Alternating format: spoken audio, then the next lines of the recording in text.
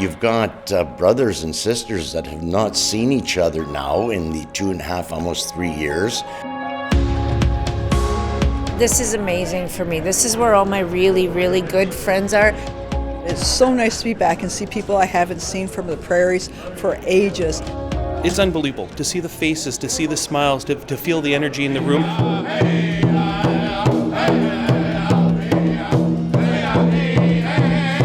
We can mourn those people that have gone on, but we need to fight like hell for those that are still here. And so we sang, we cried, we danced, we laughed, and we discussed so many important issues. And to see the passion of all of our Unifor members again was just absolutely amazing.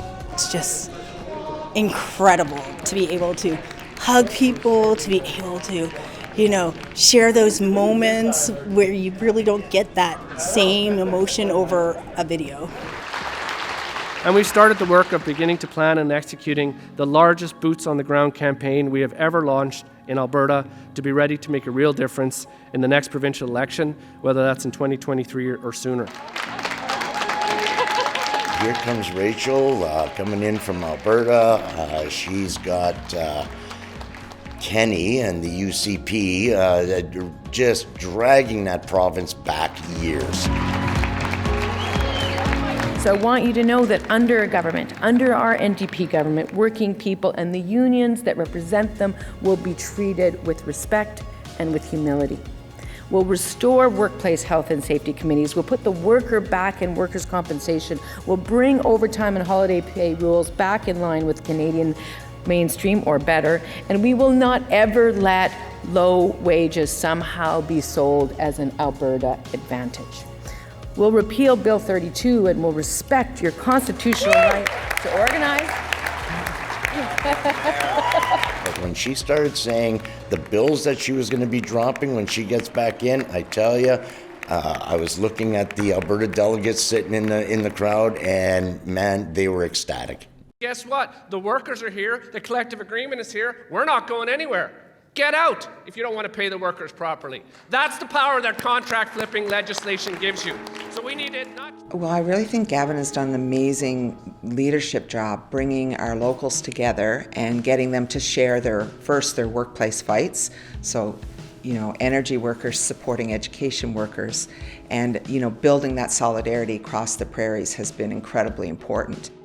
We're going to get boots on the ground, get our members out, get them mobilized, and put in governments that are going to work for working people. I'm trying to save your job. I'm trying to save your health care. I'm trying to save what has been taken away. So please see Josh and be part of this resolution. Be part of it. Thank you.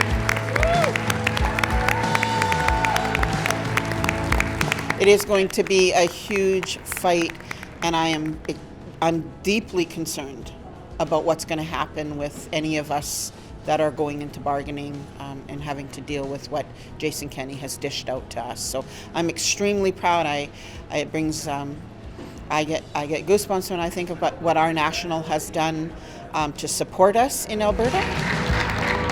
It was very clear to me that there was so much solidarity in the room. When Sister Elaine was talking about their struggle in Alberta around, protecting their jobs in the education sector and fighting for basic protection during the pandemic, everybody understood that. And they were with her, and they were fighting with her. We know we're facing an election in Alberta. It could be a matter of weeks, but certainly Jason Kenney and the UCP have been doing nothing but doing a bad job in the pandemic and attacking working people all the way through. And with Bill 32 and some of the changes that they've had, which are some of the most vicious anti-union legislation we've seen in Canada in decades, everyone got the connection that if we don't stop this attack on working people in Alberta in this next election, that those same kind of anti-worker policies will be coming to Manitoba, become to Saskatchewan after that.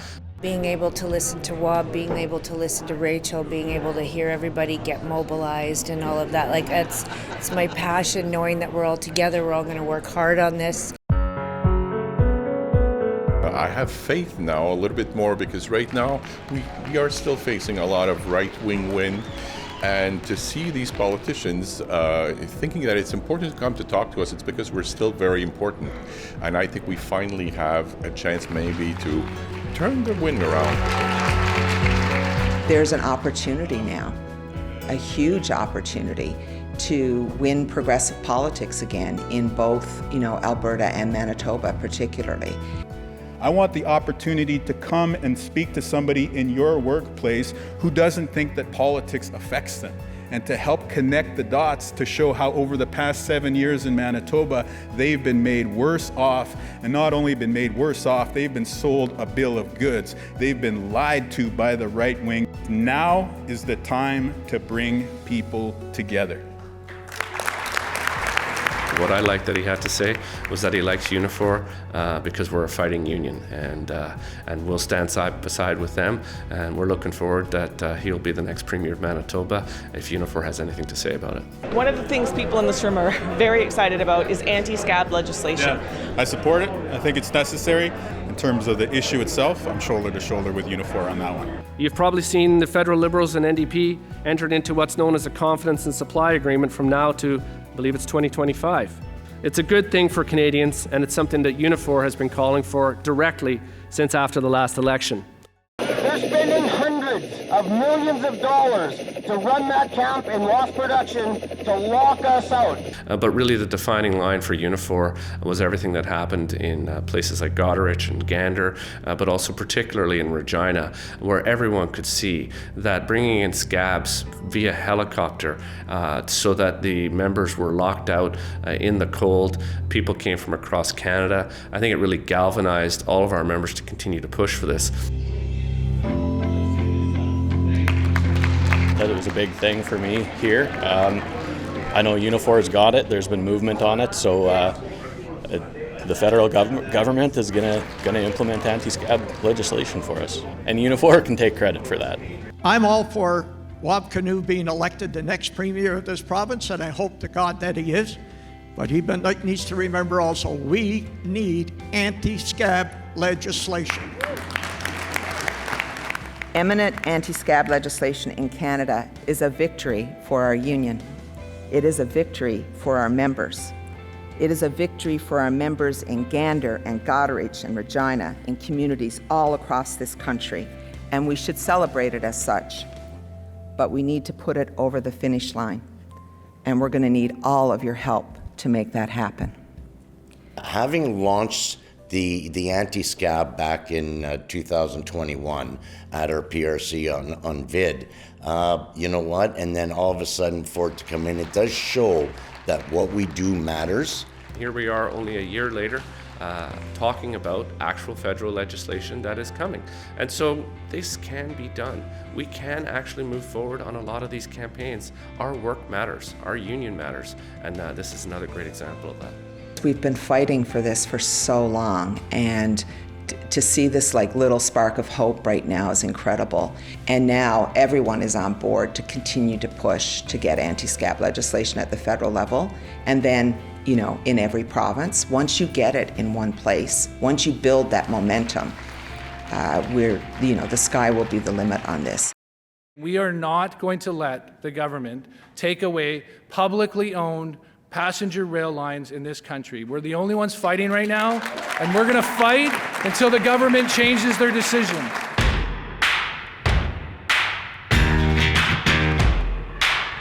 We grabbed our flags and we marched all the way down to the Via Rail station, and even as we were going, we were getting honks on the streets from cars and people supporting us. And by the way, I would say to all of the Liberal MLAs and MPs and cabinet ministers and all the NDP ones, you were elected not to serve corporations, you were elected to serve Canadians, and we expect you to do your job and keep this public Keep the public! Keep the public! And we want every local across the country to show their support, every region across the country to show their support, because when we do that, and when we build that kind of solidarity, that is when we win, sisters and brothers, and that's exactly what we're going to do. We're going to win this fight. Solidarity! So! Solidarity! So!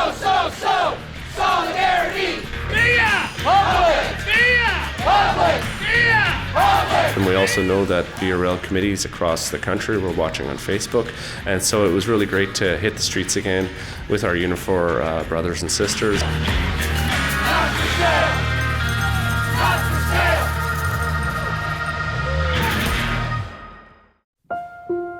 Our school's name was Bishop Grandin, and that was the hardest thing to read, was all the crap that he said about us. And my kids were not safe, and I have never not felt safe in a school before. And I'm 63 years old, and that was a horrible feeling. You need to pass this, and you need to understand that we are not going anywhere, and we will be here. I have 1,500 kids that need good union jobs, and they need to be safe getting them. Well, the Prairie provinces have always been leaders in reconciliation, I would say. But they know it's not enough to just simply wear an orange shirt, that an orange shirt is just a symbol of the need for action. And we heard all kinds of stories, whether it was Drag the Red, whether it was the Mama Bear Clan, Community 204, of the amazing work that's being done on the ground. I ask the PRC to keep these conversations going, to keep the engagement going. Do not let the waters run dry on this. We don't have to be at the forefront, we just need to be behind their movement. Thank you.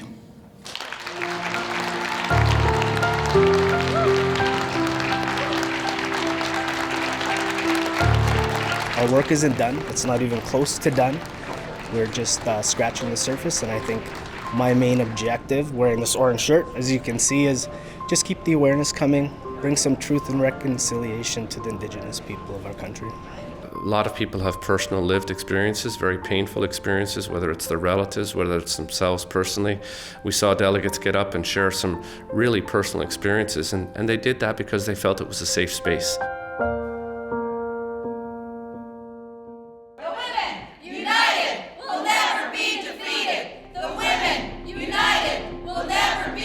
I think the highlight was just seeing people get engaged. I think it was just seeing them come up and speaking at the mic, people that haven't done it in a long time, and to be able to open up and speak freely like that was unbelievable.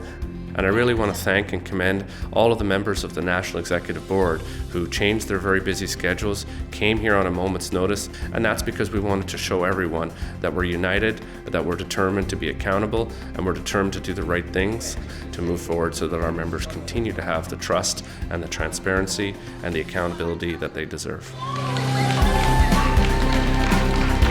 I believe in transparency and accountability because it is only by transparency, integrity, and accountability that we will all get through this at every level. The events of the past few months have been very hard, yet ultimately, because of the brave and principled actions of the members of your National Executive Board, I stand before you today as a proud Unifor member. In fact, I'm prouder than ever to be a Unifor member. To be in person and to see everybody and be able to talk to them and hug them if we can, and to just talk to them face to face and hear the issues and stuff, it's been great. So much of building our union is around that interaction, and it was very clear that we all missed it. It's been a long time coming, and people were getting itchy, and this was a really good way of getting everybody back together. To see the passion of all of our Unifor members again was just absolutely amazing. Go, go, go! Solidarity!